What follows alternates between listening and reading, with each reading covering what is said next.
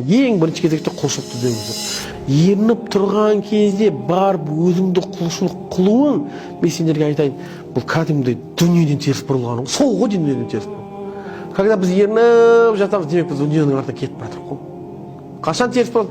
Жоқ, мен тұрамын да. Ал пайғамбар бекер айтпайды, сондықтан да айтты. Егер адам дейді, таң намазда тұратын болатын болса, ода не байланып тұрады дейді? 3 байлау байланып тұрады дейді. Егер ол таң намазда тұратын болса дейді, біреу шешілді дейді. Екінші дұрыстап тұрып дәрет алатын болса, екінші шешілді дейді. Үшінші намазға Аллах барып кіргенде дей ме? Үшінші шешілді дейді. Бұл неге айтып тұр?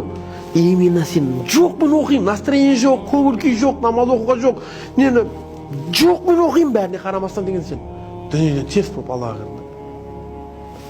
До конца кетшіш, саған да сүннетті көп оқымайсың сен. Сол немқұрайлық деген. Оның кейін кімде депрессияда сенде болғанда кімде болады? Когда дүниенің артынан еріп намаз тастап жатсаң. Сен очень былай айтып тұрсың ғой, жаңағындай амал істегенде біз маған дүние важнее, чем намаз деп тұрық қой, Алла важнее. Намаз, сүннетпен даже артындағы таспих деген отыруың ше морально қуат береді ғой саған. До конца Алла үшін отырамын деп. Просто морально қуат. Шығасың да қуаттанып, иманмен шығасың да сол. Бұл тұратымда шақ. Как будто бір тез істей салу керек намаз. Дүниемен айналсам.